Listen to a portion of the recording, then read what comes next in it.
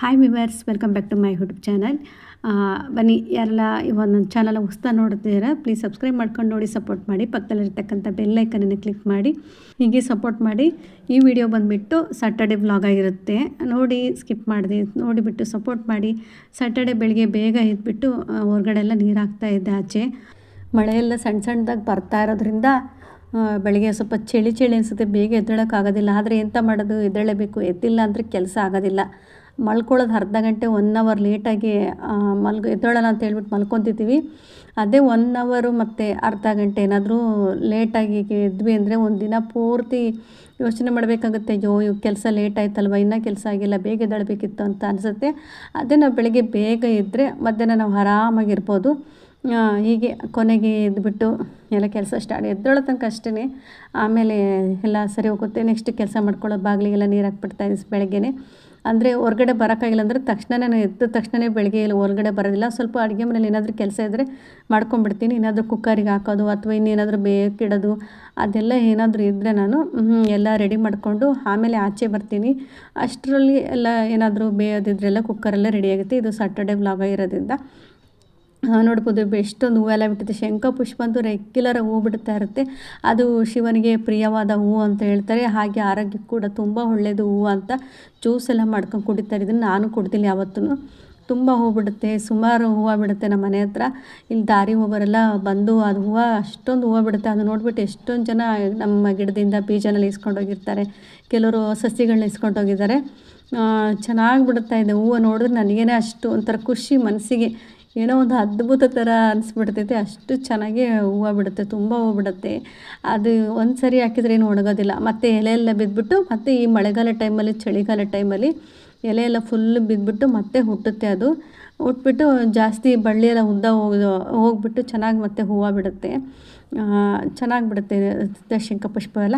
ಅದೆಲ್ಲ ಕಿತ್ಕೊಂಡು ಬಾಗಿಲಿ ಎಲ್ಲ ಇಟ್ಬಿಟ್ಟು ಬಂದೆ. ನೆಕ್ಸ್ಟ್ ಇಲ್ಲಿ ನಾನು ಬೆಳಗ್ಗೆ ನೀರಲ್ಲಿ ಹಾಕೊಂಬಂದ ತಕ್ಷಣ ಹಾಲು ಕಾಯಕ್ಕೆ ಇಡ್ತೀನಿ. ಮಕ್ಕಳದಾಗಿರ್ಬೋದು, ನಾವು ಟೀ ಕುಡಿಯೋ ಹಾಲಾಗಿರ್ಬೋದು, ಇದಿಷ್ಟನ್ನು ಕಾಯಿ ಇಟ್ಕೊಂಡು ಫಸ್ಟು ನಾನು ಗಂಜಿನ ಸ್ಟಾರ್ಟ್ ಮಾಡೋದು. ಗಂಜಿನ ಮಾಲ್ಟ್, ಸಿರಿಧಾನ್ಯದ ಮಾಲ್ಟ್ ಮಾಡ್ಕೊತೀನಿ.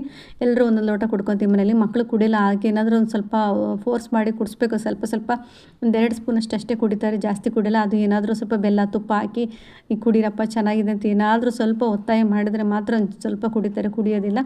ನಾವೇ 4 ಜನ ಕುಡಿತೀವಿ. ತುಂಬ ಚೆನ್ನಾಗಿದೆ ಹಿಟ್ಟು. ಅದು ರೆಸಿಪಿದು ಡ್ರೈ ಫ್ರೂಟೆಲ್ಲ ಹಾಕಬೇಕಂತೇನಿಲ್ಲ, ಹಾಗೆಯೇ ಬರೀ ಸಿರಿಧಾನ್ಯದ ಕಾಳುಗಳನ್ನ ಹಾಕ್ಬಿಟ್ಟು ಏನಿರುತ್ತೆ ಅದನ್ನು ಹಾಕ್ಬಿಟ್ಟು ಮಾಡಿದ್ರೆ ತುಂಬ ಚೆನ್ನಾಗಿರುತ್ತೆ. ನಿಜವಾಗ್ಲೂ ನಾವು ಒಂದು 10-11 ಗಂಟೆ ತನಕನೂ ನಾವು ತಿಂಡಿ ತಿಂದಿಲ್ಲ ಅಂದ್ರೂ ಆರಾಮಾಗಿ ಕೆಲಸ ಮಾಡ್ಕೊಬೋದು ನಾವು. ನಾನಿಲ್ಲಿ ಫಸ್ಟು ತುಂಬ ಸುಸ್ತಾಗ್ತಾಯಿತ್ತು ನನಗೆ, ಹುಷಾರಿಲ್ದಿರುವಾಗ ಮಾಡೋಕ್ಕೆ ಆಗ್ತಾಯಿರಲಿಲ್ಲ, ನಿಂತ್ಕೊಳ್ಳೋಕ್ಕೂ ಆಗ್ತಾಯಿರಲಿಲ್ಲ, ಕೆಲಸದಲ್ಲಿ ನಿಂತ್ಕೊಳ್ಳೋಕ್ಕೆ ಅಷ್ಟೊಂದು ಸುಸ್ತಾಗ್ತಾಯಿತ್ತು. ನಾನಿದು ಮಾಲ್ಟ್ ಮಾಡ್ಕೊಂಡು ಕುಡಿತಾ ಇದ್ದೀನಲ್ವ, ಇವಾಗೆಲ್ಲ ಎಂತೆಲ್ಲ 10-11 ಗಂಟೆಗೆ ತಿಂಡಿ ತಿಂತೀನಿ, ಲೇಟಾಗಿ ಎಂತೂ ಇಲ್ಲ, ಆರಾಮಾಗಿರ್ಬೋದು. ಒಂದು ಲೋಟ ಕುಡಿದ್ರೆ ಸಾಕಾಗುತ್ತೆ. ನಾನಿಲ್ಲಿ ನೆಕ್ಸ್ಟ್ ಬಂದುಬಿಟ್ಟು ಚಿತ್ರಾನ್ನ ಮಾಡೋಣ ಅಂತ ಈರುಳ್ಳಿ ಎಲ್ಲ ಹಾಕ್ತಾಯಿಲ್ಲ. ನಾನು ಅಂದ್ಕೊಂಡಿದ್ದೆ ಈರುಳ್ಳಿ ಮತ್ತು ಬೆಳ್ಳುಳ್ಳಿ ಹಾಕೋದು ಬೇಡ, ಆ ಥರ ಮಾಡೋಣ ಚಿತ್ರಾನ್ನ, ತುಂಬ ಚೆನ್ನಾಗಿರುತ್ತೆ. ಕೆಲವರು ಏನು ಅನ್ಕೊತಾರೆ, ಈರುಳ್ಳಿ, ಬೆಳ್ಳುಳ್ಳಿ, ಟೊಮೆಟೊ, ನಿಂಬೆಹಣ್ಣು ಎಲ್ಲ ಇರಬೇಕು, ಅದಿಲ್ಲದಲೇ ಚಿತ್ರಾನ್ನ ಮಾಡೋಕ್ಕಾಗೋದಿಲ್ಲ ಅಂತಲೇ ಹೇಳ್ತಾರೆ. ಇದು ದಿಢೀರ್ ಚಿತ್ರಾನ್ನ, ತುಂಬ ಟೇಸ್ಟಾಗಿರುತ್ತದೆ. ನೀವು ಮಾಡಿಕೊಂಡ್ರೆ ಪದೇ ಪದೇ ತಿನ್ನಬೇಕು ಅನಿಸುತ್ತೆ, ಅಷ್ಟು ಚೆನ್ನಾಗಿರುತ್ತೆ ಚಿತ್ರಾನ್ನ ಇದು. ನನಗಂತೂ ಫೇವ್ರೇಟ್ ಆಗಿಬಿಟ್ಟಿದೆ. ಒಂದ್ಸರಿ ನಮ್ಮ ಮನೇಲಿ ಅರ್ಚಕರು ಬಂದಿದ್ರಲ್ವ, ಅವ್ರು ಈ ಥರ ಮಾಡೋಕ್ಕೆ ಹೇಳಿದ್ದು ಚಿತ್ರಾನ್ನನ. ಈರುಳ್ಳಿ ಬೆಳ್ಳುಳ್ಳಿ ಹಾಕ್ತೆ ಮಾಡಿ ಅಂತ ಹೇಳಿದ್ರು, ಮಾಡಿದೆ, ತುಂಬ ಚೆನ್ನಾಗಿ ಬಂದಿತ್ತು. ನಾನು ಬೆಳ್ಳುಳ್ಳಿ ಹಾಕೋದು ಬೇಡ ಅಂದ್ಕೊಂಡೆ, ಇರಲಿ ಪರವಾಗಿಲ್ಲ ಸ್ವಲ್ಪ ಅಂತಂದು ಹೇಳ್ಬಿಟ್ಟು ಎಕ್ಸ್ಟ್ರಾ ಫ್ಲೇವರ್ ಕೊಡುತ್ತೇನೋ ಅಂತ ಅಂದ್ಕೊಂಡೆ. ನೀವು ಬೆಳ್ಳುಳ್ಳಿ ಹಾಕ್ತೆ ಕೂಡ ಮಾಡ್ಕೊಂಡು ನೋಡ್ಕೊಳ್ಳಿ, ತುಂಬ ಚೆನ್ನಾಗಿರುತ್ತೆ. ನೀವು ಮತ್ತೆ ಮಾಡ್ತೀರಾ, ನನಗೆ ಕಮೆಂಟ್ ಹಾಕ್ತೀರಾ. ನಾನು ಒಂದೇ ಒಂದು ಬೆಳ್ಳುಳ್ಳಿ ಹಾಕ್ಕೊಂಡೆ ಇರಲಿ ಅಂತ, ಒಂದೊಂದು ಸರಿ ಒಂದೊಂದು ಥರದ್ದು ಮಾಡೋಣ ಅಂತಂದು ಹೇಳ್ಬಿಟ್ಟು. ಹಾಗೆ ಹಸಿ ಕೊಬ್ಬರಿ ತುರಿ ಇಷ್ಟೇ. ಇದಕ್ಕೆ ಹಸಿಮೆಣ್ಸಿನ್ಕಾಯಿ, ಶೇಂಗಾ ಬೀಜ, ಕಡಲೆಬೇಳೆ, ಉದ್ದಿನಬೇಳೆ, ಹಾಗೆ ಸ್ವಲ್ಪ ಕರಿಬೇವು ಸೊಪ್ಪು, ಹಸಿಮೆಣ್ಸಿನ್ಕಾಯಿ ಹುಣು, ಅಂದರೆ ಈರುಳ್ಳಿ, ಬೆಳ್ಳುಳ್ಳಿ, ಟೊಮೆಟೊ, ಈ 3 ಬಿಟ್ಬಿಟ್ಟು ನಾವೇನು ಚಿತ್ರಾನ್ನಕ್ಕೆ ಹಾಕ್ತೀವೋ ಅದೇ ಥರನ ಒಗ್ಗರಣೆ ಮಾಡ್ಕೊಂಬಿಟ್ರೆ ಇಷ್ಟೇ ಫ್ರೆಂಡ್. ಇದು ಗೊಜ್ಜು ಮಾಡೋದು ತುಂಬಾ ಚೆನ್ನಾಗಿರುತ್ತೆ. ನಾನು ಸ್ವಲ್ಪ ಜಾಸ್ತಿ ಶೇಂಗಾ ಬೀಜ ಹಾಕ್ಕೊಂಡಿನಿ. ಒಂದೊಂದು ತುತ್ತಿಗೆ ಒಂದೊಂದು ಶೇಂಗಾ ಬೀಜ ತಿಂತಾಯಿದ್ರೆ ಚೆನ್ನಾಗಿರುತ್ತೆ ಅಂತಂದು ಹೇಳ್ಬಿಟ್ಟು ಅದರೆಲ್ಲ ಸ್ವಲ್ಪ ಗೊಜ್ಜನ್ನು ಸಪ್ರೇಟಾಗಿ ಎತ್ತಿಟ್ಕೊಂಡಿದ್ದೀನಿ, ಜಾಸ್ತಿ ಆಗುತ್ತೆ ಅಂತ. ಅದನ್ನು ಬೇಕಾದರೆ ಯಾವಾಗಾದರೂ ಬೇಕಾದ ಕಲಿಸ್ಕೊಬೋದು. ಈ ರೀತಿ ನಿಂಬೆಹಣ್ಣೆಲ್ಲ ಒಟ್ಟಿಗೆ ಇಂಟ್ಕೊಂಡಿದ್ದೀನಿ. ನಿಂಬೆಹಣ್ಣು ಮತ್ತು ರುಚಿಗೆ ಎಷ್ಟು ಬೇಕು ಅಷ್ಟೆಲ್ಲ ಉಪ್ಪೆಲ್ಲ ಹಾಕ್ಕೊಂಡು ಚೆನ್ನಾಗಿ ಮಿಕ್ಸ್ ಮಾಡಿಕೊಂಡು ಸ್ವಲ್ಪ ನಮಗೆ ಎಷ್ಟು ಬೇಕಷ್ಟು ನೋಡಿ ಕಲಿಸ್ಕೊಂಡ್ರೆ ಚಿತ್ರಾನ್ನ ರೆಡಿ ಆಯಿತು. ತುಂಬ ಚೆನ್ನಾಗಿರುತ್ತೆ ಚಿತ್ರಾನ್ನ, ನೋಡಿ ಮಾಡ್ಕೊಳ್ಳಿ. ಇದ್ರ ಮೇಲ್ಗಡೆ ಸ್ವಲ್ಪ ಕೊತ್ತಂಬರಿ ಸೊಪ್ಪು ಹಾಕಿದರೆ ಸೂಪರಾಗಿರುತ್ತೆ. ನಾನು ವೀಡಿಯೋ ಮಾಡೋ ಸಡಗರದಲ್ಲಿ ಕೊತ್ತಂಬರಿ ಸೊಪ್ಪು ಹಾಕೋದು ಮರ್ತೋಯ್ತು. ಹಾಗೆ ಟೈಮ್ ಬೇರೆ ಆಗಿಬಿಡುತ್ತೆ ಅಂತ ಹೇಳ್ಬಿಟ್ಟು ಬೇಗ ಮಾಡ್ತಾಯಿದ್ದೆ. ನೆಕ್ಸ್ಟು ಚಿತ್ರಾನ್ನ ರೆಡಿ ಆಯಿತು. ಮತ್ತೆ ಬಂದುಬಿಟ್ಟು ಸ್ವಲ್ಪ ಸ್ವೀಟ್ ಮಾಡು, ಸ್ವಲ್ಪ ಸ್ವೀಟ್ ತಿನ್ನಂಗೆ ಆಗ್ಬಿಟ್ಟಿದೆ, ತುಂಬ ದಿನ ಆಯಿತು ಅಂತ ಹೇಳ್ಬಿಟ್ಟು ಸ್ವಲ್ಪ ಪಾಯಸ ಮಾಡೋಕ್ಕೆ ಹೇಳಿದರು. ನಾನು ಅದಕ್ಕೆ ಸ್ವಲ್ಪ ಹೆಸರುಬೇಳೆ ಇತ್ತು, ಹೆಸರುಬೇಳೆದು ಪಾಯಸ ಮಾಡೋಣ ಅಂತ ಹೇಳ್ಬಿಟ್ಟು ಮಾಡ್ತಾಯಿದ್ದೆ. ಇನ್ನೇನು ಶ್ರಾವಣ ಬಂತಲ್ವ, ಇನ್ಮೇಲೆ ರೆಗ್ಯುಲರಾಗಿ ಮಾಡ್ತಾನೆ ಇರಬೇಕು. ರೆಗ್ಯುಲರಾಗಲ್ಲ, ವಾರಕ್ಕೆ ಒಂದು ಟೈಮ್ ಆದರೂ ಮಾಡ್ತಾನೆ ಇರಬೇಕು. ಸ್ಯಾಟರ್ಡೆ ನಮ್ಮದು ವಾರ ಆಗಿರೋದ್ರಿಂದ ಸ್ಯಾಟರ್ಡೆ ಟೈಮಲ್ಲಿ ಇನ್ನೇನು ಸ್ವೀಟ್ ಇದ್ದೇ ಇರುತ್ತೆ ನಮ್ಮ ದೇವರಿಗೆಲ್ಲ ಎಡೆ ಇಡೋದಕ್ಕೆಲ್ಲ. ಹಾಗಾಗಿ ಇವಾಗ ತುಂಬ ದಿನ ಆಯಿತು ಮಾಡಿಲ್ಲ ಅಂತ ಹೇಳ್ಬಿಟ್ಟು ಇವಾಗ ಮಾಡ್ತಾಯಿದ್ದೆ. ಹೆಸರುಬೇಳೆನ ಸ್ವಲ್ಪ ಚೆನ್ನಾಗಿ ಹುರಿದಿಟ್ಕೊಂಡಿದ್ದೀನಿ. ಹುರಿದಿಟ್ಕೊಂಡ್ರೆ ಏನಾಗುತ್ತೆ, ಹಸಿ ಸ್ಮೆಲ್ಲೆಲ್ಲ ಇರುತ್ತಲ್ಲ ಹೋಗುತ್ತೆ. ಪಾಯಸದಲ್ಲಿ ಅಷ್ಟೊಂದು ಸ್ಮೆಲ್ ಆಗೋಲ್ಲ. ಕೆಲವರು ಹುರಿಯೋದಿಲ್ಲ, ಹಾಗೆ ಮಾಡಿಬಿಡ್ತಾರೆ, ಕುಕ್ಕರಿಗೆ ಹಾಕ್ಬಿಡ್ತಾರೆ. ಕುಕ್ಕರಿಗೆ ಹಾಕ್ಬೇಡಿ ದಯವಿಟ್ಟು, ಅಷ್ಟು ಚೆನ್ನಾಗಾಗೋದಿಲ್ಲ. ಹುರಿದ್ಬಿಟ್ಟು ಪಾತ್ರೆಯಲ್ಲಿ ಇಟ್ಟು ತುಂಬ ಹೊತ್ತಲ್ಲಿ ಗ್ಯಾಸೆಲ್ಲ ಏನು ಹೋಗೋಲ್ಲ, ಬೇಗ ಬೇಯುತ್ತೆ. ಹೆಸರುಬೇಳೆ ಸ್ವಲ್ಪ ಬಿಸಿ ಮಾಡ್ಕೊಂಡು ಹುರಿದ್ರೆ ಸಾಕು, ಬೇಗ ಬೇಯುತ್ತೆ. ಹಾಗೆ ಮಾಡ್ಕೊಂಡು ನೋಡಿ, ತುಂಬ ಚೆನ್ನಾಗಿರುತ್ತೆ. ನಾನಲ್ಲಿ ಹೆಸರುಬೇಳೆ ಬೇಯಕ್ಕಿಟ್ಟು ಒಂದು ಕಡೆ, ಬೆಲ್ಲ ಕೂಡ ಕರಗ್ಸೋಕ್ಕಿಟ್ಟಿದ್ದೀನಿ. ಇಲ್ಲಿ ನೆಕ್ಸ್ಟ್ ಬಂದುಬಿಟ್ಟು ನಾನು ದ್ರಾಕ್ಷಿ ಗೋಡಂಬಿನ ಸ್ವಲ್ಪ ಚೆನ್ನಾಗಿ ಫ್ರೈ ಮಾಡ್ಕೊತಾ ಇದ್ದೀನಿ. ನಾನು ಜಾಸ್ತಿ ದ್ರಾಕ್ಷಿ ಗೋಡಂಬಿ ಎಲ್ಲ ಜಾಸ್ತಿ ಫ್ರೈ ಮಾಡೋಕ್ಕೆ ಹೋಗಲ್ಲ, ರುಬ್ಬೋದಕ್ಕೆ ಹಾಕ್ಬಿಡ್ತೀನಿ. ಸುಮ್ಮನೆ ತಿನ್ನೋದಕ್ಕಾದರೆ ಅಲ್ಲೊಂದು ಇಲ್ಲೊಂದು ಸಿಕ್ಬಿಡುತ್ತೆ. ಅದೇ ಗೋಡಂಬಿ ರುಬ್ಬಿ ಹಾಕ್ಬಿಟ್ರೆ ಪಾಯಸ ಅದಕ್ಕೆ ಚೆನ್ನಾಗಿ ಎಲ್ಲದಕ್ಕೂ ಟೇಸ್ಟ್ ಸಿಗುತ್ತೆ ಅಂತ ಹೇಳ್ಬಿಟ್ಟು ಅಲ್ಲೆಲ್ಲ ನೆಕ್ಸ್ಟು ಬೇಯೋದಕ್ಕೆ ಇಟ್ಟಿದ್ನಲ್ಲ ಹೆಸರುಬೇಳೆನ ಅಷ್ಟರಲ್ಲಿ ಪೂಜೆ ಮಾಡಿಟ್ಟು ಬರೋಣ ಅಂತ ಹೇಳ್ಬಿಟ್ಟು, ಅದು ಬೇಯ ಅಷ್ಟರಲ್ಲಿ ಅಂತ ಹೇಳ್ಬಿಟ್ಟು ಬಿಟ್ಬಿಟ್ಟು ನಾನು ಪೂಜೆ ಮಾಡ್ತಾಯಿದ್ದೆ. ನೋಡ್ಬೋದು ಇಲ್ಲಿ ಅಲ್ಲ ಒಳಗಡೆ ಎಲ್ಲ ಪೂಜೆ ಆಯಿತು. ನೆಕ್ಸ್ಟ್ ಇಲ್ಲಿ ತುಳಸಿ ಕಟ್ಟೆಗೆ ಮಾಡೋಣ ಅಂತ ಹೇಳ್ಬಿಟ್ಟು ಪೂಜೆ ಮಾಡ್ತಾಯಿದ್ದೀನಿ. ತುಳಸಿ ಗಿಡ ಕೂಡ ಹೋಗ್ಬಿಟ್ಟಿದೆ, ಸ್ವಲ್ಪ ಹೊಸದು ಹಾಕಬೇಕು, ಎಲ್ಲೂ ಸಿಗ್ತಾಯಿಲ್ಲ. ನೋಡ್ಬೇಕು, ಸಿಕ್ಕರೆ ಒಂದು ಚೇಂಜ್ ಮಾಡಬೇಕು ಗಿಡ ಕೂಡ. ಹಾಗೆ ನೋಡ್ಬೋದು ಎಷ್ಟು ಗಾಳಿ ಬರ್ತಾಯಿದೆ ಅಂತ. ಅರಿಶಿನ ಗಿಡದಷ್ಟೇ, ಅರಿಶಿನದ ಎಲೆ ಅಂತೂ ತುಂಬ ಚೆನ್ನಾಗಿ ಬಂದಿದ್ದು. ಇದ್ರಲ್ಲಿ ಒಂದು ರೆಸಿಪಿ ಮಾಡಬೇಕು ಅಂತ ಅಂದ್ಕೊಂಡಿದ್ದೀನಿ. ನೋಡ್ಬೇಕು ಯಾವ ಟೈಮ್ ಸಿಗುತ್ತೆ. ಎಲೆ ಕಿತ್ಕೊಂಡ್ಬಿಟ್ಟು ರೆಸಿಪಿ ಮಾಡ್ತೀನಿ. ಹೋದ ವರ್ಷ ಕೂಡ ಒಂದು ರೆಸಿಪಿ ಮಾಡಿದ್ದೆ, ಅಕ್ಕಿದು ಕಡುಬು ಕಟ್ತಾರಲ್ಲ, ಅದು ತುಂಬ ಚೆನ್ನಾಗಿ ಹೋಗಿದೆ, ವ್ಯೂಸ್ ಬಂದಿದೆ ಅದಕ್ಕೆ ಶಾರ್ಟ್ ವಿಡಿಯೋಗೆ. ನೋಡೋಣ ನೆಕ್ಸ್ಟ್ ಬೇರೆದಕ್ಕೆ ರೆಸಿಪಿ ಟ್ರೈ ಮಾಡ್ತೀನಿ. ತುಂಬ ಗಾಳಿ ಇತ್ತು ಇವತ್ತಂತೂ, ಮಳೆ ಇಲ್ಲ ಅಂದರೂ ಕೂಡ ಅಷ್ಟೊಂದು ಗಾಳಿ ಇತ್ತು. ಅಲ್ಲಿಂದ ನೆಕ್ಸ್ಟ್ ಪೂಜೆ ಮಾಡಿಕೊಂಡು ಬಂದೆ. ಇನ್ನು ಈ ಪೂಜೆ ಮಾಡೋ ಅಷ್ಟೊತ್ತಿಗೆ 12 ಗಂಟೆ ಅನಿಸ್ಬೋದು. ಎಲ್ಲ ಕೆಲಸ ಮುಗಿಸ್ಕೊಂಡು ಪೂಜೆ ಮಾಡೋ ಅಷ್ಟೊತ್ತಿಗೆ 12 ಗಂಟೆ ಆಯಿತು. ಅಷ್ಟರಲ್ಲಿ ಮುಗಿಸ್ಕೊಂಡು ಬಂದು ಇವಾಗ ನೋಡ್ಬೋದು ಹೆಸರುಬೇಳೆ ಎಲ್ಲ ಚೆನ್ನಾಗಿ ಬೆಂದಿದೆ. ಒಂಚೂರು ಲೋ ಫ್ಲೇಮಲ್ಲಿ ಇಟ್ಬಿಟ್ಟು ಹೋಗಿದೆ, ಅಷ್ಟೊಂದೆಲ್ಲ ಬೆಂದಿದೆ. ನೋಡ್ಬೋದು ಒಂದು ಮುಕ್ಕಾಲು ಭಾಗ ಬೇಯಿಸ್ಬೇಕು, ತುಂಬ ಮೆತ್ತಗೂ ಬೇಯಿಸ್ಬಾರ್ದು, ತುಂಬ ಗಟ್ಟಿಗೂ ಬೇಯಿಸ್ಕೊಬಾರ್ದು, ಒಂದು ಹದವಾಗಿರಬೇಕು. ಅದು ಪಾಯಸ ಕುಡಿಯೋ ಥರ ಇರಬೇಕು, ಲೋಟಕ್ಕೆ ಹಾಕ್ಕೊಂಡು, ಇಲ್ಲಾಂದರೆ ಇದು ಬೌಲಿ ಹಾಕ್ಕೊಂಡು ತಿನ್ನೋ ಥರ ಇರಬೇಕು. ಫುಲ್ಲು ಕುಕ್ಕರಲ್ಲಿ ಹಾಕ್ಬಿಟ್ರೆ ಏನಾಗುತ್ತೆ, ಒಂದು ಸ್ವಲ್ಪ ಗಂಜಿ ಆದರೂ ಬೇಕು. ಗಂಜಿಗಿಂತ ಸ್ವಲ್ಪ ನೈಸಾಗಿ ಸಾಂಬಾರು ಥರ ಆಗಿಬಿಡುತ್ತೆ ಕುಕ್ಕರಲ್ಲಿ ಹಾಕ್ಬಿಟ್ರೆ, ಅಷ್ಟು ಸಿಗಲ್ಲ ಹೆಸರುಬೇಳೆ ಎಲ್ಲ. ಹಾಗೆ ಟೇಸ್ಟ್ ಕೂಡ ನೀವು ಹೆಸರುಬೇಳೆ ಈ ಥರ ಪಾಯಸ ಮಾಡಿ ನೋಡಿ, ಅಷ್ಟೊಂದು ಟೇಸ್ಟ್ ಬರೋದಿಲ್ಲ ಪಾಯಸ. ಹಾಗಾಗಿ ಸಪ್ರೇಟಾಗಿ ಪಾತ್ರೆಗೆ ಬೇಯಿಸ್ಕೊಳ್ಳಿ, ಒಂದು 1/4 ಗಂಟೆಲಿ ಬೆಂದೋಗ್ಬಿಡುತ್ತೆ. ಅದು ನಾನು ಶಾವಿಗೆನ ಸ್ವಲ್ಪ ತುಪ್ಪ ಅಥವಾ ಎಣ್ಣೆ ಹಾಕ್ಬಿಟ್ಟು ಚೆನ್ನಾಗಿ ಹುರಿದಿಟ್ಕೊಂಡು ಶಾವಿಗೆ ಕೂಡ ಹಾಕಿದ್ದೆ. ಇಲ್ಲಿ ರುಬ್ಬೋದಕ್ಕೆ ಏಲಕ್ಕಿ ಮತ್ತು ಗೋಡಂಬಿ, ಹಾಗೆ ಸ್ವಲ್ಪ ಕೊಬ್ಬರಿ ತುರಿ ಹಾಕ್ಕೊಂಡು ಮಿಕ್ಸ್ ಮಾಡ್ಕೊಂಡು ಅದನ್ನು ಹಾಕಿ ಸೇರಿಸ್ಕೊಂಡಿದ್ದೀನಿ. ಜೊತೆಯಲ್ಲೇ 1 ಲೋಟ ಅಷ್ಟು ಹಾಲು ಮತ್ತು ಸ್ವಲ್ಪ ರುಚಿಗೆ ಉಪ್ಪು ಹಾಕಿ. ನಮ್ಮ ಮನೇಲಿ ಯಾವುದೇ ಪಾಯಸ ಮಾಡಿದ್ರೆ ಸ್ವಲ್ಪ ಸ್ವೀಟಿಗೆ ಉಪ್ಪು ಹಾಕ್ತೀವಿ, ನೀವು ಕೂಡ ಹಾಕಿ ಮಾಡಿ ನೋಡಿ, ಚೆನ್ನಾಗಿ ಅನಿಸುತ್ತೆ. ಸ್ವಲ್ಪ ಹಾಕ್ಬೇಕು ಲೈಟಾಗಿ, ಇಲ್ಲಾಂದರೆ ಅದು ಪಾಯಸದ ಏನಾಗುತ್ತೆ, ಸ್ವಲ್ಪ ಸಪ್ಪೆ ಅನಿಸ್ಬಿಡುತ್ತೆ. ನೀವು ಸ್ವಲ್ಪ ಚಿಟಿಕೆ ಉಪ್ಪು ಹಾಕಿ ನೋಡಿ, ತುಂಬ ಚೆನ್ನಾಗಿ ಫ್ಲೇವರ್ ಬರುತ್ತೆ, ಟೇಸ್ಟ್ ಬರುತ್ತೆ.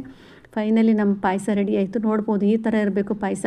ಶಾವಿಗೆನೂ ಸಿಗ್ತಾ ಇರಬೇಕು, ಅಥವಾ ಈ ಕಡೆಗೆ ಹೆಸರುಬೇಳೆನೂ ಸಿಗ್ತಾ ಇರಬೇಕು, ಸ್ವಲ್ಪ ಮಧ್ಯದಲ್ಲಿ.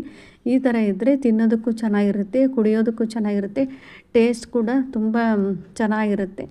ನೋಡ್ಬೋದು ಎಷ್ಟು ಚೆನ್ನಾಗಿ ರೆಡಿಯಾಗಿದೆ ಪಾಯಸ. ಈ ಥರ ಮಾಡಿ ಯಾರೆಲ್ಲ ಮಾಡಿದ್ದೀರಾ ಮಾಡಿಬಿಟ್ಟು ಕಮೆಂಟ್ ಮೂಲಕ ತಿಳಿಸಿ. ಲಾಸ್ಟಲ್ಲಿ ಸ್ವಲ್ಪ ತುಪ್ಪ ಸೇರಿಸ್ಕೊಂಡು ಸರ್ವ್ ಮಾಡಿ ತೋರಿಸ್ತಾ ಇದ್ದೀನಿ. ನೆಕ್ಸ್ಟು ನಾನಿಲ್ಲಿ ಅದು ಶಾರ್ಟ್ ವಿಡಿಯೋಗೋಸ್ಕರ ಅಂತ ಹೇಳ್ಬಿಟ್ಟು ಮಾಡ್ಕೊಂಡಿದ್ದು ವಿಡಿಯೋ.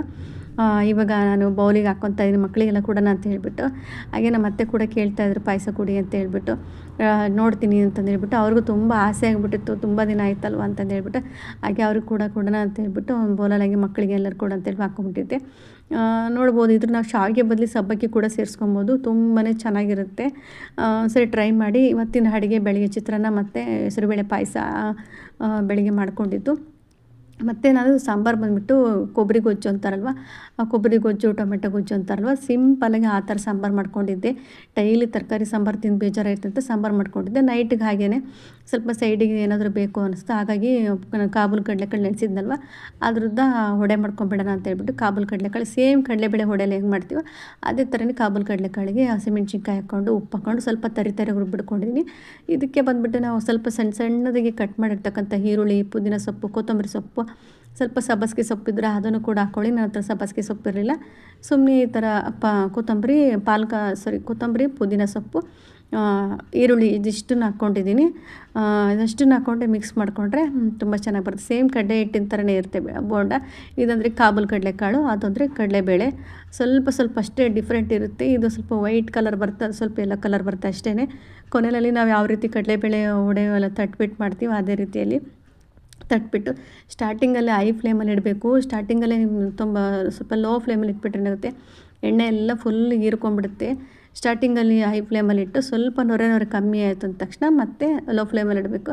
ಆವಾಗ ಒಳಗಡೆ ಎಲ್ಲ ನೀಟಾಗಿ ಚೆನ್ನಾಗಿ ಬೆಂದೋಗುತ್ತೆ. ತುಂಬಾ ಚೆನ್ನಾಗಿತ್ತು, ಕ್ರಿಸ್ಪಿಯಾಗಿ ಬಂದಿತ್ತು. ನೋಡ್ಬೋದು ಎಷ್ಟು ಚೆನ್ನಾಗೈತೆ. ಹಾಗೆ ಇನ್ನೂ ಯಾರು ನನ್ನ ಚಾನಲ್ನ ಸಬ್ಸ್ಕ್ರೈಬ್ ಮಾಡ್ಕೊಂಡಿಲ್ಲ, ಪ್ಲೀಸ್ ಸಬ್ಸ್ಕ್ರೈಬ್ ಮಾಡ್ಕೊಂಡು ನೋಡಿ. ಪಕ್ಕದಲ್ಲಿರ್ತಕ್ಕಂಥ ಬೆಲ್ ಐಕನನ್ನು ಕ್ಲಿಕ್ ಮಾಡಿ ಸಪೋರ್ಟ್ ಮಾಡಿ. ನೆಕ್ಸ್ಟು ಬೆಳಗ್ಗೆದು ಟಿಫನ್ ಬ್ರೇಕ್ಫಾಸ್ಟಿಗೆ ಏನು ಮಾಡಿದೆ ಅಂತ ತೋರಿಸ್ತಾ ಇದ್ದೀನಿ. ಬ್ರೇಕ್ಫಾಸ್ಟಿಂದು ನಾನು ಸಾಮೆ ಇರುತ್ತಲ್ಲ, ಸಾಮೆ ಅಥವಾ ನಾವು ಊದಲು ಅಂತ ಏನು ಕರಿತೀವೋ ಅದನ್ನು ನಾನು ಬಿಸಿಬೇಳೆಭಾತ್ ಮಾಡ್ತಾಯಿದ್ದೀನಿ.